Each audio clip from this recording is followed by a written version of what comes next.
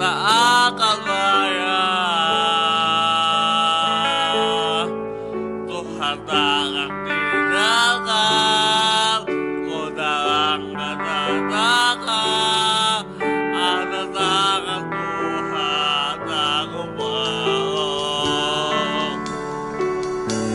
Ia tak baik bagiku.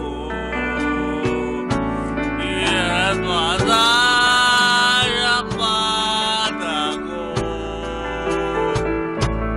Ia tak perhatikanku. Ia tak tahu jawabanku.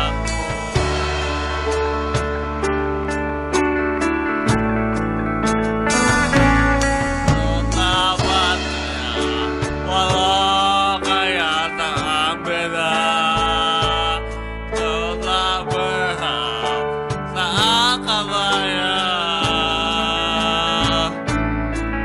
Tuhan tak akan tinggalkan kau dalam kedatangan. Ada tangan Tuhan aku bohong. Ia tak baik bagiku. Ia tak sayang padaku. Ia tak perhatikanku.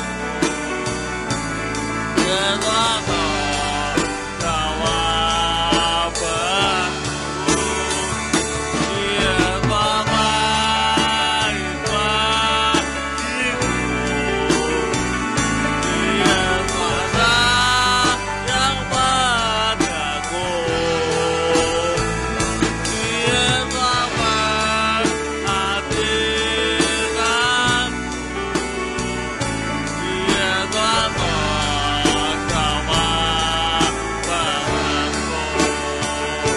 Ia tak tahu jawabanku. Ia tak tahu jawabanku.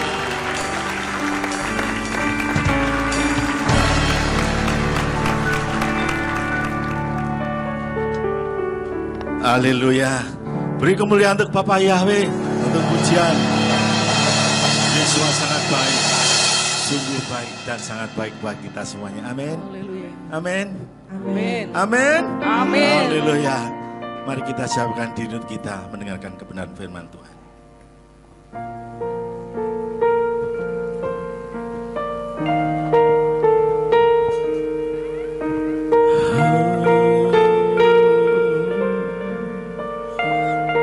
Mari kaum wanita mengucapkan ini. Sungguh mulia, tulus dan sempurna mengasihiku, pengorbanan di Kalvari, sungguh berharga kau tebus jiwaku. Katakan bersama-sama. Kasih Yahweh tak bersara, tak seperti cinta yang ada di dunia, selalu memberi lebih dari yang layak ku terima di hidupku. Terpujilah Tuhan Yesus, ditinggikan di atas pujian. Dari dalam lubuk hatiku ku sujud dan berterima kasih.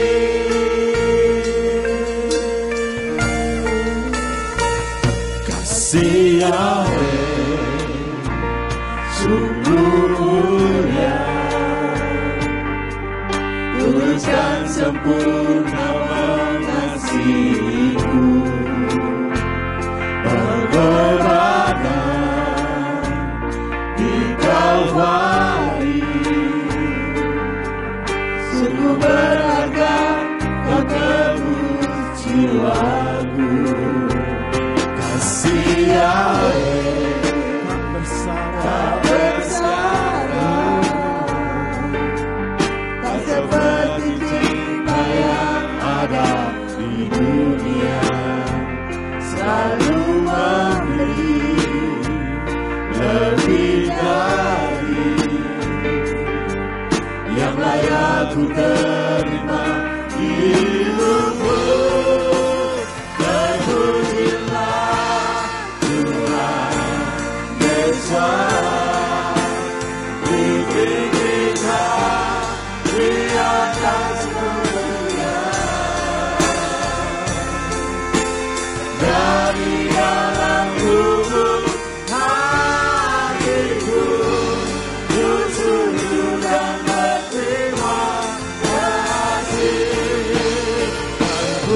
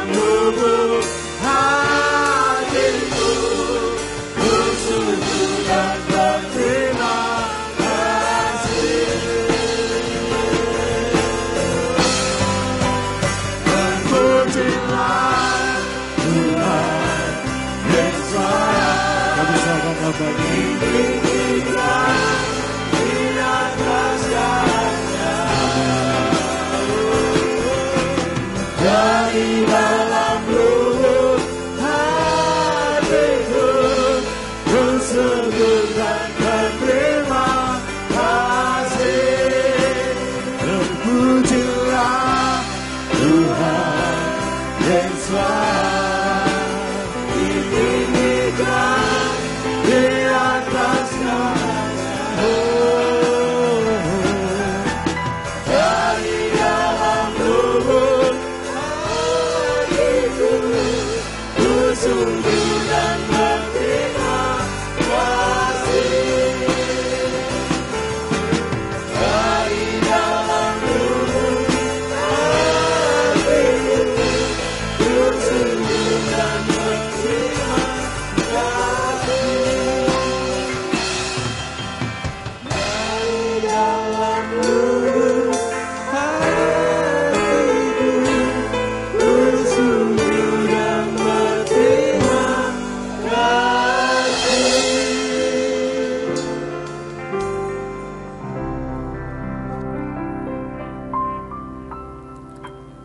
Bapa di dalam surga, kami pagi hari ini bersyukur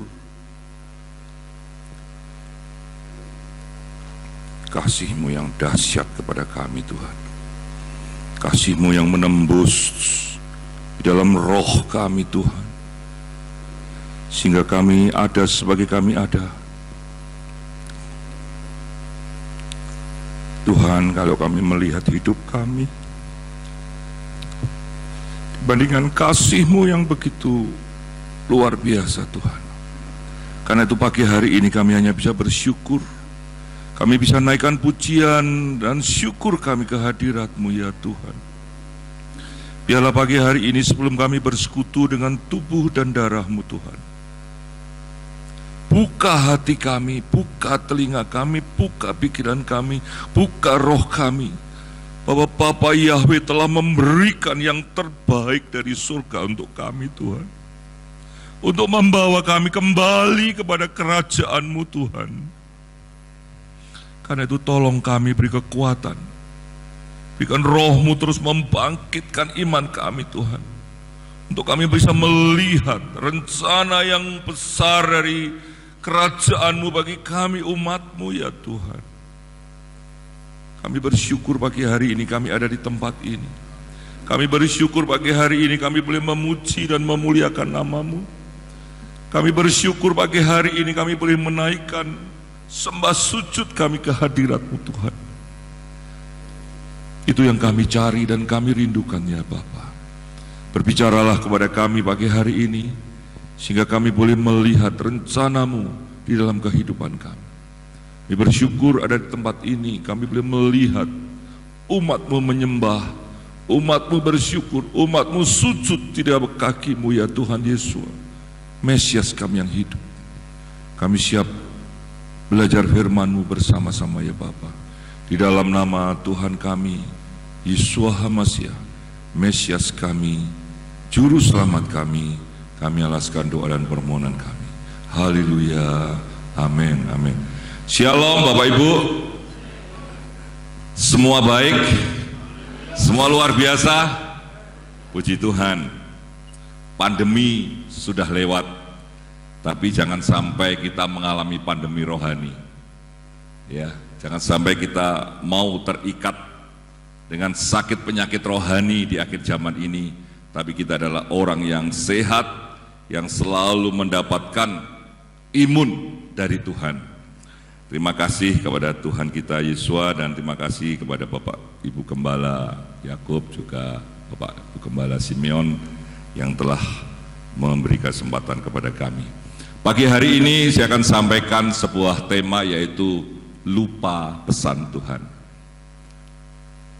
Orang Kristen itu banyak lupanya saudara. Jam 7, setengah 7 sampai jam 9 mendengarkan firman Tuhan. Setelah keluar ditanya khotbahnya apa? Oh, pendetanya lucu Pak. Tidak bicara firman Tuhan tapi pendetanya lucu. Ibu-ibu pernah marah sama bapaknya karena bapaknya dititipi garam lupa beli. Bapak ini masak jangan asem, asem lali, garam lali saudara. Akhirnya nggak jadi masak, emosi. Apalagi Tuhan kita yang memberikan firman, dan firman itu kehidupan. Kalau kita sampai lupa pesan firman Tuhan, kita akan mengalami banyak hal Bapak Ibu. Jadi kalau kita mengalami banyak persoalan, menghadapi banyak tantangan, mengalami banyak percobaan dan kita tidak kuat, itu biasanya kita lupa firman Tuhan.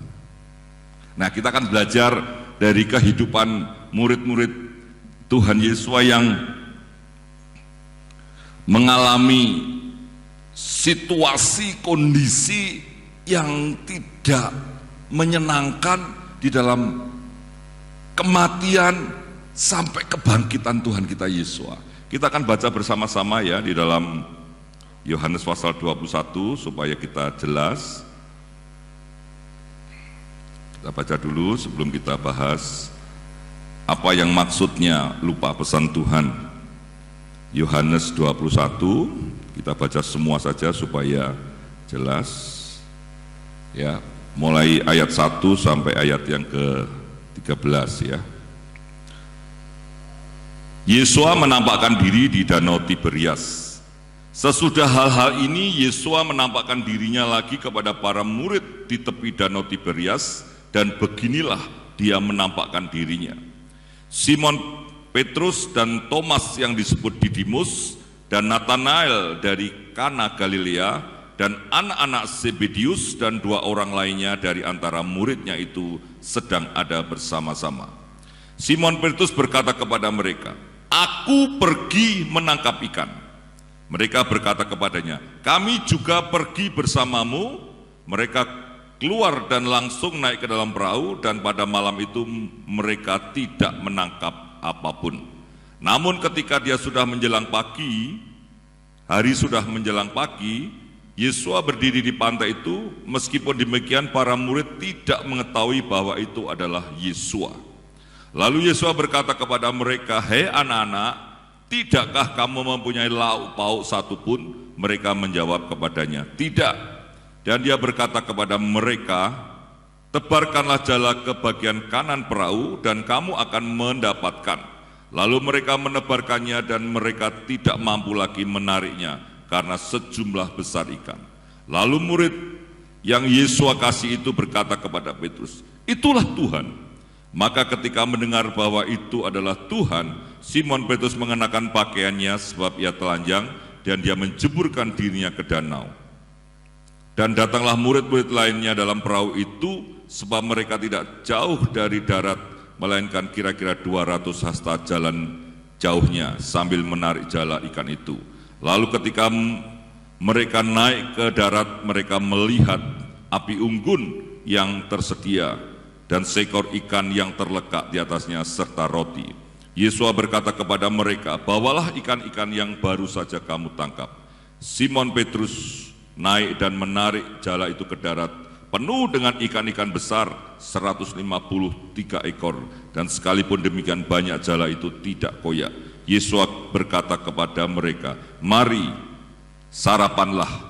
Namun tidak seorang pun dari para murid itu berani menanyai dia, "Siapakah engkau?" Karena mengetahui bahwa dia adalah Tuhan. Lalu Yesua maju dan mengambil roti setelah memberikan kepada mereka, demikian pula dengan ikan itu. Inilah untuk ketiga kalinya Yesua tampak oleh para muridnya setelah dibangkitkan dari antara orang mati. Bapak Ibu Saudara sekalian, murid-murid saat itu mengalami kondisi situasi yang membuat mereka galau. Mereka menghadapi bagaimana Tuhan yang diharapkan, Tuhan yang menjadi penolong di dalam kehidupannya. Karena dalam kondisi, situasi yang tidak menyenangkan itu Bapak Ibu, murid-muridnya mulai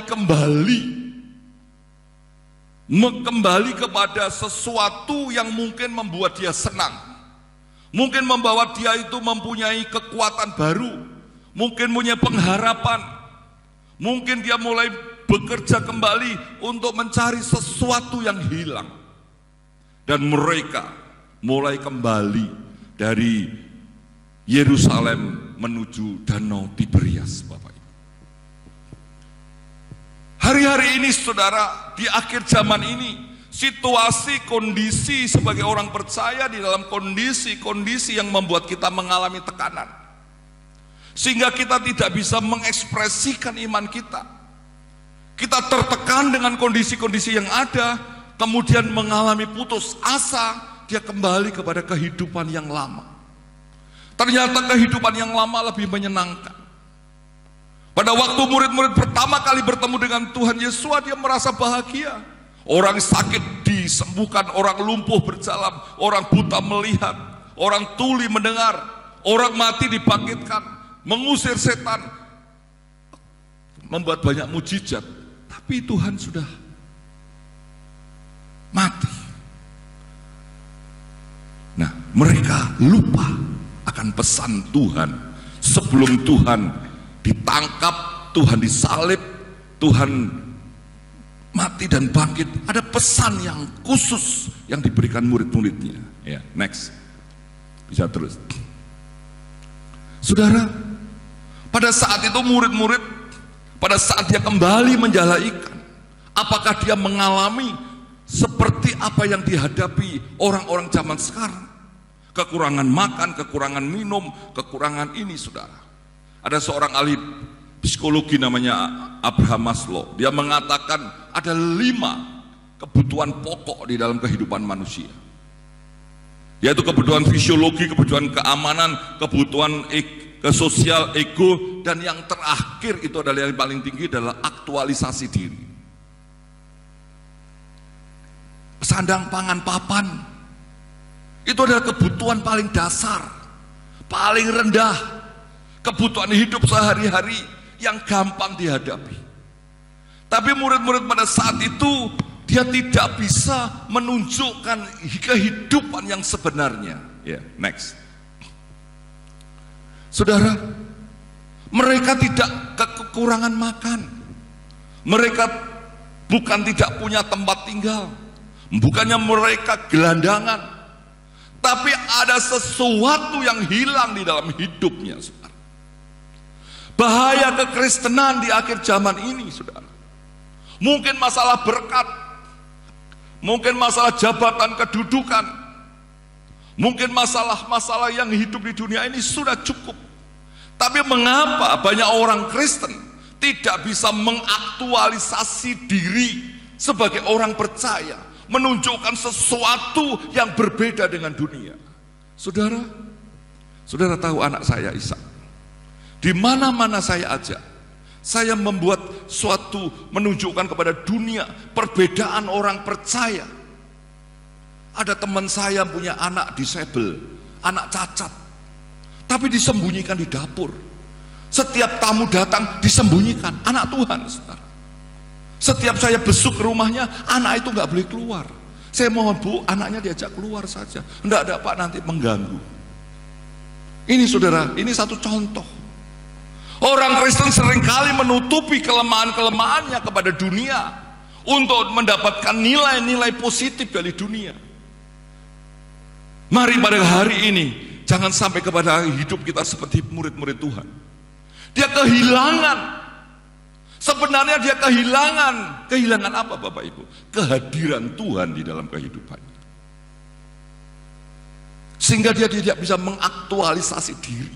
Karena apa? Lupa apa yang Tuhan firmankan.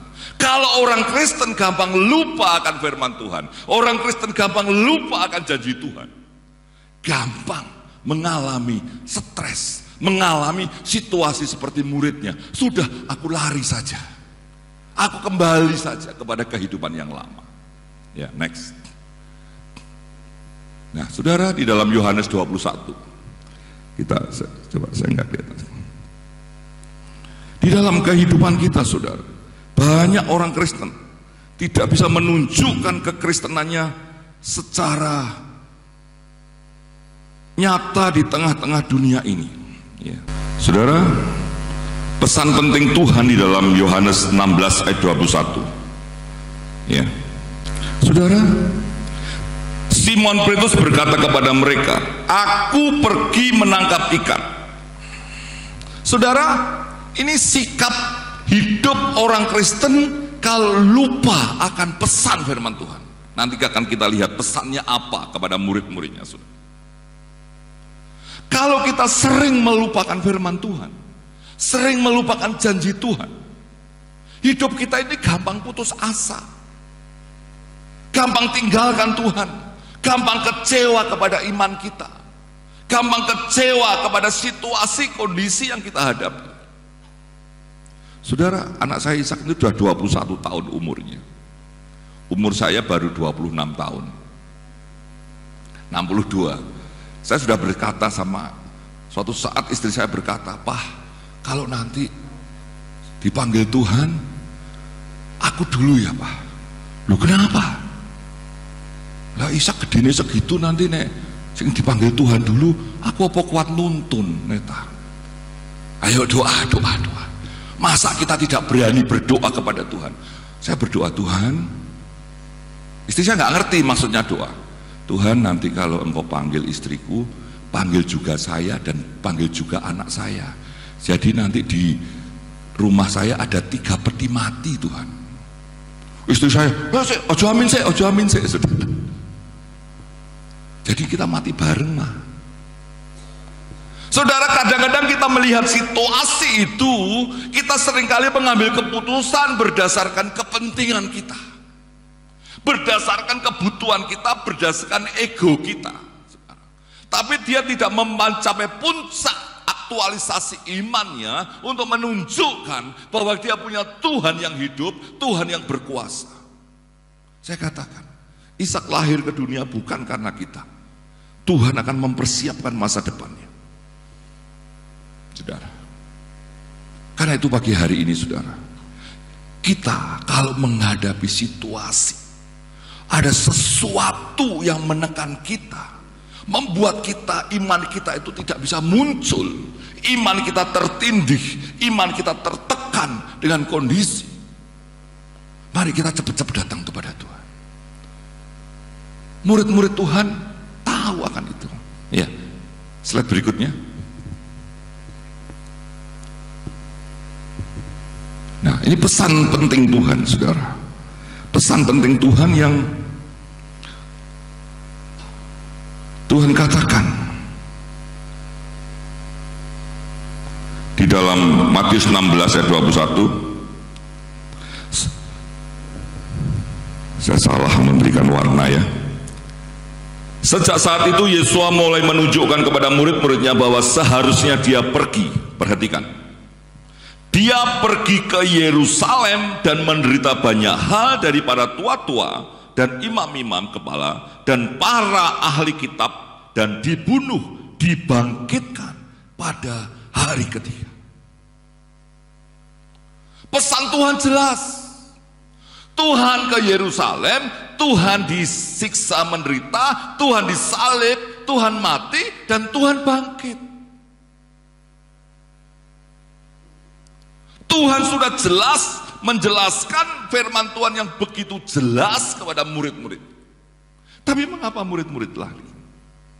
Bahkan sebelum waktu itu Tuhan katakan, aku akan mendahului kamu ke Tiberias. Murid-muridnya nggak tahu. Seringkali rencana-rencana Tuhan yang jelas itu, saudara, kita lupakan dan kita mulai memikirkan rencana hidup kita, sehingga kita tidak mengalami suatu kehidupan seperti yang mereka alami sebelum penyaliban Tuhan. Mujizat terjadi, perkara ajaib terjadi. Nah, kita maju lagi. Ya. Tuhan Yesus harus menampakkan diri beberapa kali. Kita sudah baca. Saudara, Tuhan sudah memberitahu, aku kok mau bangkit pada hari ketiga. Tuhan sudah menemukan dengan muridnya perjalanan di Emmaus. Tuhan bertemu dengan murid-muridnya di suatu pertemuan. Dan ini yang ketiga kali Tuhan bertemu dengan murid-muridnya di Danau Tiberias. Ya. Dikatakan sesudah hal ini Yesus menampakkan dirinya lagi kepada murid-murid di tepi Danau Tiberias, dan beginilah dia menampakkan dirinya.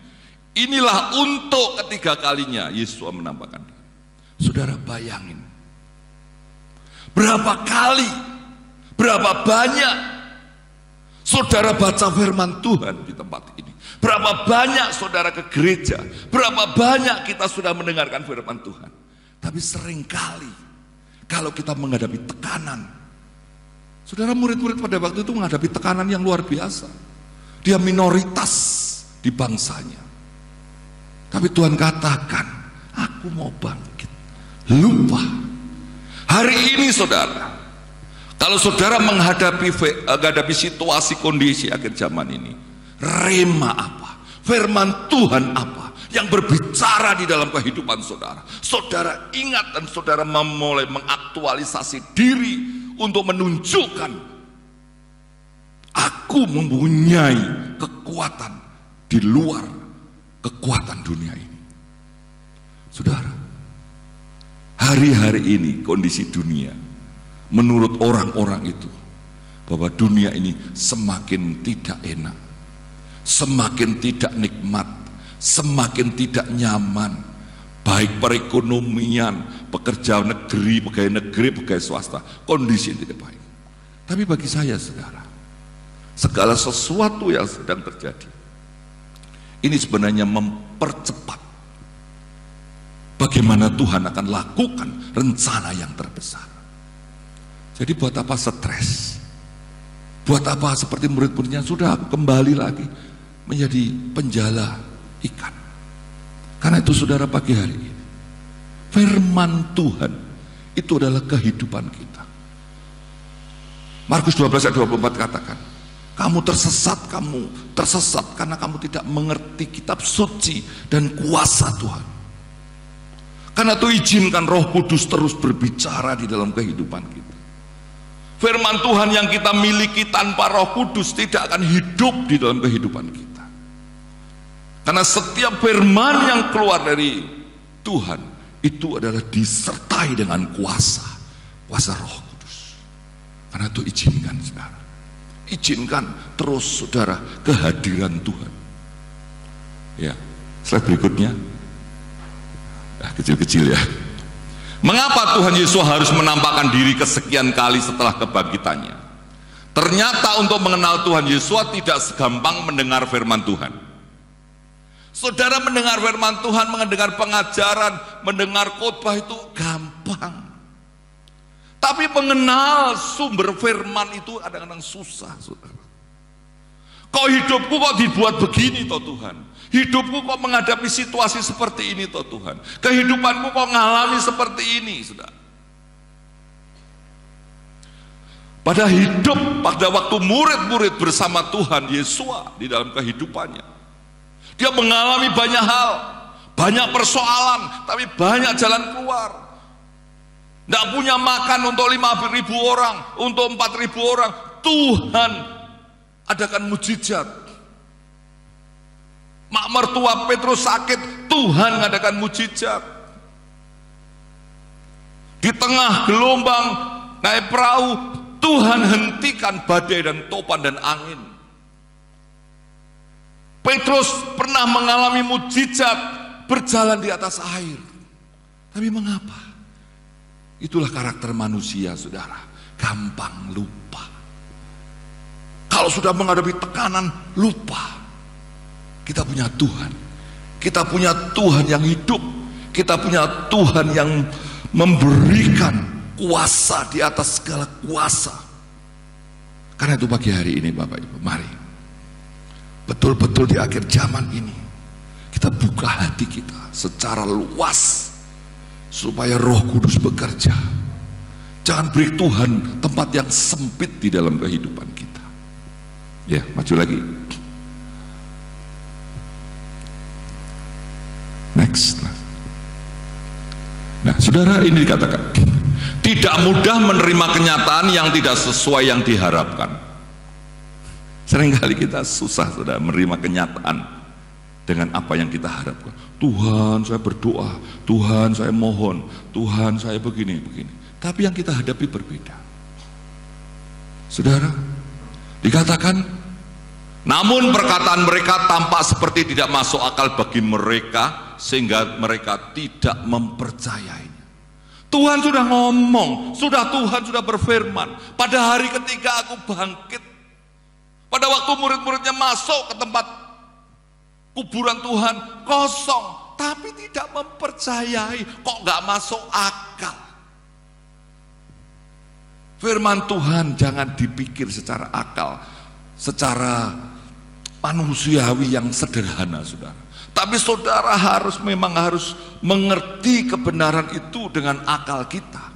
Tapi pada saat kita mengaktualisasi iman kita, pada saat kita memenuhi kebutuhan rohani kita, biarkan Tuhan yang bekerja. Tadi malam saya bicara sedikit dengan Pak Yakub, dikatakan, sekarang orang-orang itu kalau tanya-tanya, pertanyaannya masuk akal, Pak. Ya iya, firman Tuhan ya harus dipikir dengan benar, saudara. Belajar firman Tuhan bukan belajar dengan pikiran tertutup, dengan hati yang tertutup, dengan akal, dengan pikiran yang dianugerahkan.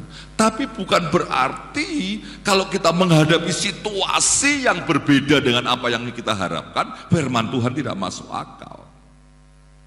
Iman kita itu di atas akal kita, translogik. Jadi Bapak Ibu, mari biar kita kuat, biar kita menang menghadapi situasi saat ini. Percaya firman Tuhan. Janji Tuhan begini, apa yang kita hadapi, percaya Tuhan mempunyai rencana yang besar. Ya, maju lagi cepat dikit. Nah, saudara perhatikan, kalau saudara lihat peta ini, saudara, padahal Tuhan bangkitnya di Yerusalem, dia lari ke Tiberias yang jauhnya 178. Padahal Tuhan ngomong, aku mau bangkit. Dia ingin lari, tapi Tuhan sudah tahu, aku akan mendahului kamu. Tapi murid-muridnya nggak sadar. Harusnya murid-muridnya pada waktu itu kalau dia sadar dan imannya kuat, saudara, dia tidak lari ke sana, dia menunggu situasi, kondisi di Yerusalem. Tapi itu Tuhan izinkan supaya murid-muridnya itu semakin terbuka.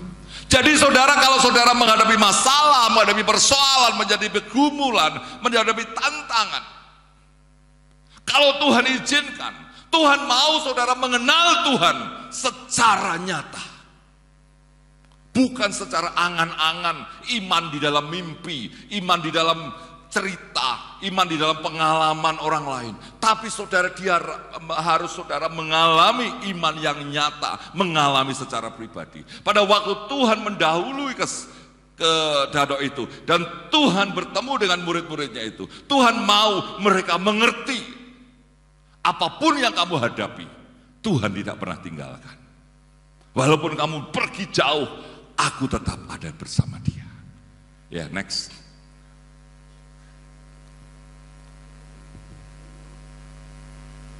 Nah, sebuah teguran kasih, saudara. Hari ini, saudara, mungkin kita sedang lari dari Tuhan, dari Yerusalem ke sana. Tapi Tuhan datang. Yang ditanya apa? Lauk pauk. Lauk pauk itu kebutuhan fisiologi, kebutuhan dasar menurut Abraham Maslow. Tuhan nggak tanya kamu punya apa enggak. Kamu punya makanan enggak? Ayo kita makan bersama. Saudara-saudara perhatikan, semalam-malaman murid, dia seorang ahli ahli apa saudara? Seorang nelayan yang ahli, orang yang hebat. Pada waktu di danau Tiberias itu, dia semalam-malaman tidak dapat ikan. Saudara perhatikan, Tuhan izinkan kehidupan lama kita. Kalau saudara saat ini percaya kepada Tuhan Yesus sebagai Tuhan dan Juru Selamat, hati-hati kalau saudara kembali kepada kehidupan lama. Seperti murid-muridnya ini, aku mau menjala ikan, Petrus. Aku ya ikut. Sepertinya di danau yang luas itu jaminan hidup luar biasa. Sepertinya di dunia ini, dibandingkan kita sebagai orang Kristen yang kecil ini, harapan di luar lebih besar. Tapi ingat saudara, di luar sana saudara akan menjala air, tidak menjala ikan. Dan Tuhan tanya, ada lauk pauk? Gak ada. Kebutuhan pokok, kebutuhan dasar hidup kita. Mengapa banyak orang yang tinggalkan Tuhan? Hidup kepada kehidupan masa lalu, hidupnya gak karu-karuan, karena tidak ada Tuhan. Tuhan panggil saudara, Tuhan panggil, ada makanan? Tidak. Nanti saudara baca tadi sudah ada. Ayo next. Jadi sebuah ironi saudara, ini yang terjadi. Ini ada suatu peristiwa pada waktu itu di Lukas 24. Mereka bertanya kepada murid-muridnya di rumah. Ya, di rumah ada ikan. Apakah kamu mempunyai sesuatu yang dapat dimakan? Mereka memberikan kepadanya sepotong ikan bakar dan madu lebah. Di danau Tiberias tidak ada ikan. Ironis. Tapi di daratan ada ikan. Pada waktu Tuhan Yesus tanya kepada murid-muridnya yang sedang menjala, ada ikan? Ada yang kamu tangkap? Tidak ada. Tapi pada waktu mereka turun dari perahu, mereka melihat ikan. Next. Lanjutkan terus. Nah, pada waktu itu murid diingatkan kembali, tebarkan jalamu, mengikuti kehendak Tuhan. Ini saudara yang penting. Pada saat itu situasi yang tidak baik, situasi yang tidak benar di dalam kehidupan murid-muridnya, karena dia tinggalkan. Dia tidak percaya, dia ragu-ragu akan kebangkitannya.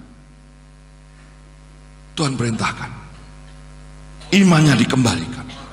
Begitu dia sudah menjalankan menurut perintah Tuhan, dapat ikan yang besar. Lalu Yohanes berkatakan, itu Tuhan.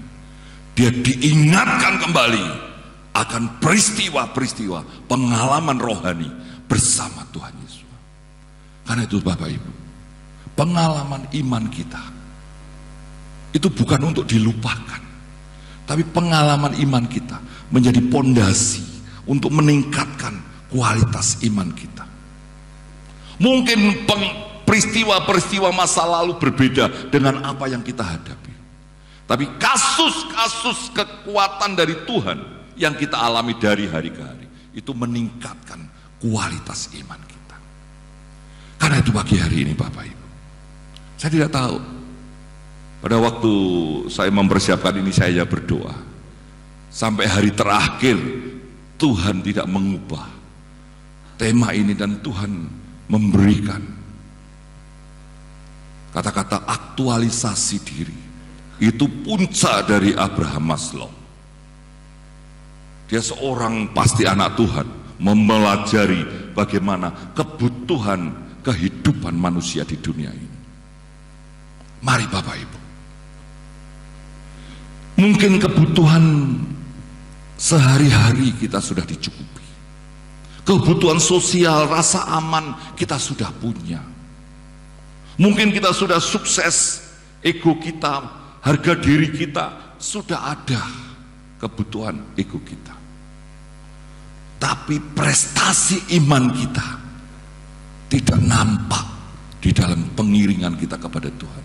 Inilah saatnya kita membuktikan kepada dunia,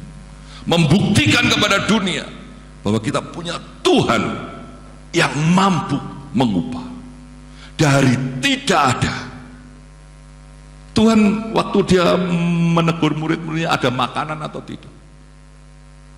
Tapi begitu murid-muridnya mendarat membawa ikan, dia melihat api di pinggir pantai, di pinggir danau itu, dan ada ikan. Hari ini saudara, kalau saudara bertemu dengan Tuhan, saudara datang kepada Tuhan, mungkin saudara tidak membawa apa-apa, mungkin saudara tidak memiliki apa-apa pagi hari ini. Tuhan sudah menyiapkan di pinggir pantai untuk bertemu dengan kita. Saudara, mungkin kita sedang diombang-ambingkan oleh danau, air di danau itu, tapi Tuhan menunggu di pantai. Tuhan menunggu di pantai untuk menyediakan makanan bagi kita. Karena itu Bapak Ibu Saudara sekalian, jangan gampang melupakan firman Tuhan. Jangan gampang melupakan pesan firman Tuhan. Lupa Alkitab kan tebel, firman Tuhan. Apa yang menjadi rema hari ini, itu terus praktekkan. Rema besok pagi saudara baca renungan pagi, mendengar khotbah pagi, saudara pada saat teduh, apa yang Tuhan bicarakan terus. Banyak orang habis baca Alkitab pagi hari ini, begitu kerja lupa apa yang tadi saya baca. Mungkin saudara membaca dari kitab Kejadian sampai Wahyu, saudara hari ini membaca kitab Kejadian 5 pasal, besok mau baca kemarin pasal berapa ya lupa. Baru satu bab saja. Tapi pagi hari ini Tuhan berpesan kepada kita, biarkan Tuhan hidup di dalam hidup kita. Roh Kudus berkarya di dalam kehidupan kita, dan firman Tuhan terus menyegarkan kita. Ya, maju sedikit. Next. Peristiwa-peristiwa masa lalu seharusnya menjadi perekat kasih Tuhan kepada kita. Maka ketika mendengar bahwa itu adalah Tuhan, Simon Petrus mengenakan pakaiannya sebab ia telanjang, dan dia menyeburkan dirinya ke danau. Dan datanglah murid-murid lainnya dalam perahu kecil, sebab mereka tidak jauh dari darat, melainkan kira-kira 200 hasta jauhnya, sambil menarik jala ikan itu. Terus maju lagi. Saudara perhatikan, di danau tidak ada ikan, tapi di darat ada ikan. Danau sumber ikan. Orang dunia selalu melihat dunia ini sumber berkat. Dunia ini tempat pengharapan. Dunia ini tempat dia hidup. Tapi kenyataannya banyak kita mendapatkan yang kosong. Tapi bersama Tuhan, di darat pun, di tempat kering pun ada ikan. Saudara, ayo maju lagi. Nah, saudara, pemeliharaan Tuhan itu nyata, saudara. Saudara, saya melayani Tuhan sepenuh waktu sudah 25 tahun. Setelah saya keluar dari suatu perusahaan multinasional, waktu itu gaji saya lumayan. Kalau hari ini pun mungkin saya sudah jadi direktur, saudara. Mungkin, saudara, ya. Karena waktu itu saya sudah, waktu saya mau keluar sudah diangkat, mau menjadi vice marketing, vice GM, saudara. Kemudian begitu saya keluar setelah beberapa tahun, GM-nya meninggal, saudara. Mestinya saya naik jadi GM. Setelah saya bekerja dari berapa tahun, sekitar 5 tahun, saya didatangi lagi untuk saya bekerja di Jakarta dengan fasilitas. Sepertinya danau itu penuh dengan ikan. Tapi istri saya ngomong, enggak Pak, enggak mau kembali ke proses baru lagi. Belum tentu kamu diangkat sebagai pejabat kedudukan yang tinggi, kamu mendapatkan pemeliharaan Tuhan. Enggak, saudara. Saya dapat mobil, dapat rumah, dapat sopir, gaji lumayan. Tapi istri saya, enggak. Di sini kita, sumber berkat kita di dalam Tuhan. Sampai hari ini, saudara, pemeliharaan Tuhan itu luar biasa. Satu hal, saudara, apa? Selalu ingat Tuhan. Selalu ingat pesan Tuhan. Karena itu pagi hari ini sebelum saudara bersekutu dengan tubuh dan darah Tuhan, mari kita kembali kepada Tuhan seperti murid-muridnya, menyadari kesalahannya, dan dia mulai menyadari kehadiran Tuhan. Kegagalan kita, masalah yang kita hadapi nggak selesai-selesai, persoalan-persoalan yang kita hadapi tidak beres-beres. Satu hal, karena Tuhan tidak hadir di dalam masalah kita. Tuhan tidak hadir di dalam persoalan kita. Mari kita tundukkan kepala. Sadarlah saudara, Tuhan tidak pernah tinggalkan kita. Yang meninggalkan kita adalah diri kita. Karena kita melupakan pesan-pesan firman Tuhan. Mari saudara kita berdoa. Saudara berdoa, saudara berdoa. Apa yang jadi pergumulan saudara? Apakah saudara ada di danau yang menurut anggapan saudara banyak ikannya, tapi saudara tidak mendapatkan, bahasa Jawanya, water cedul pun tidak ada. Tapi pada waktu Tuhan hadir ada di daratan, Tuhan menyediakan. Saudara berdoa, saudara berdiam diri berdoa. Cari Tuhan pagi hari ini dalam beberapa saat sebelum saudara masuk di dalam perjamuan kudus. Dan waktu selanjutnya kami kembalikan kepada Bapak Gembala. Baik, Bapak Ibu saudara sekalian, mari kita bangkit berdiri bersama-sama. Arahkan tangan saudara ke depan untuk memberkati yang berulang tahun. Bapa Surgawi, kami datang kepadamu, mengangkat tangan kami untuk saudara-saudara kami yang berulang tahun dalam bulan November. Kami memberkati mereka satu persatu di dalam nama Adonai Yeshua HaMashiach. Biarlah apa yang menjadi kerinduan dan isi hatinya, masa depannya Engkau memberkati ya Tuhan. Kesehatannya Engkau yang akan tolong. Demikian pula hikmat akal budi senantiasa menyertai siang dan malam untuk kemuliaan bagi nama-Mu. Tangan Tuhan sendiri yang telah menjamah mereka satu persatu, karena Engkau adalah Elohim yang penuh dengan kasih. Kami berdoa untuk seluruh jemaat yang sudah hadir. Kalau sebentar kami akan pulang, kirim malaikat Tuhan untuk menjaga dan melindungi kami. supaya kami dapat tiba di rumah dengan selamat, baik yang datang dari Ambarawa maupun yang dari luar kota Ambarawa. Kiranya Engkau yang akan memberkati. Demikian pula untuk ibadah sore nanti yang masih akan dilayani oleh hamba-Mu Bapak Pendeta Jonathan. Engkau berkati Tuhan, karena hamba-Mu ini sangat mengasihi Engkau dan ingin menjadi berkat bagi banyak jiwa untuk kemuliaan bagi nama-Mu. Kalau sebentar kami akan pulang dan sesampainya di rumah ada yang akan melakukan aktivitas di dalam kehidupan mereka.